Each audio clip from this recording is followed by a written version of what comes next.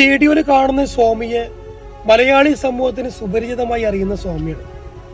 അദ്ദേഹത്തിന്റെ റീൽസുകളൊക്കെ വലിയ തരംഗാണ്. കാരണം അദ്ദേഹം പാടുന്ന അല്ലെങ്കിൽ അദ്ദേഹം ലിപ്പ് കൊണ്ട് അഭിനയിച്ചിട്ട് പാടുന്ന പല റീൽസുകളും മലയാളികൾക്ക് വലിയ ഇഷ്ടമാണ്. എന്നാൽ ഇന്ന് രാവിലെ മുതൽ വരുന്ന വാർത്ത അത്ര സുഖകരമായിട്ടുള്ള വാർത്തയല്ല. ഒരു 16-കാരിയെ കൊല്ലത്തുള്ള ഒരു 16-കാരിയെ സ്വാമി പീഡിപ്പിക്കാൻ ശ്രമിച്ചു എന്ന് പറഞ്ഞിട്ടുള്ള വാർത്ത. എൻ്റെ പൊന്നു സ്വാമി, നിങ്ങളൊക്കെ ഒരുപാട് ഇഷ്ടപ്പെടുന്ന ഒരുപാട് മലയാളി സമൂഹമുണ്ട്. അവരുടെയൊക്കെ മുമ്പിൽ നിങ്ങൾ ഒരു നിമിഷം ഒന്നുമല്ലാതായി.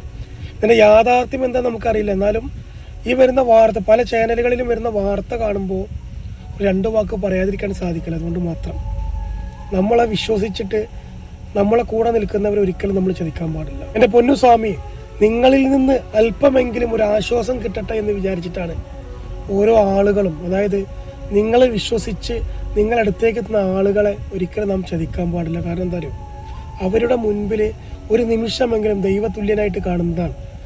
കാരണം അത്ര പ്രയാസങ്ങളിലൂടെ ജീവിക്കുന്നവർക്ക് ഒരു ആശ്വാസം പകരുമ്പോൾ ദൈവതുല്യനായി കാണുന്നവർ തന്നെ നീചമായ പ്രവൃത്തി ചെയ്യുമ്പോൾ എങ്ങനെയാണ് നമ്മൾ ഈ നാടിനെ വിശ്വസിക്കുക? എങ്ങോട്ടാണ് നമ്മുടെ നാടിൻ്റെ പോക്ക്?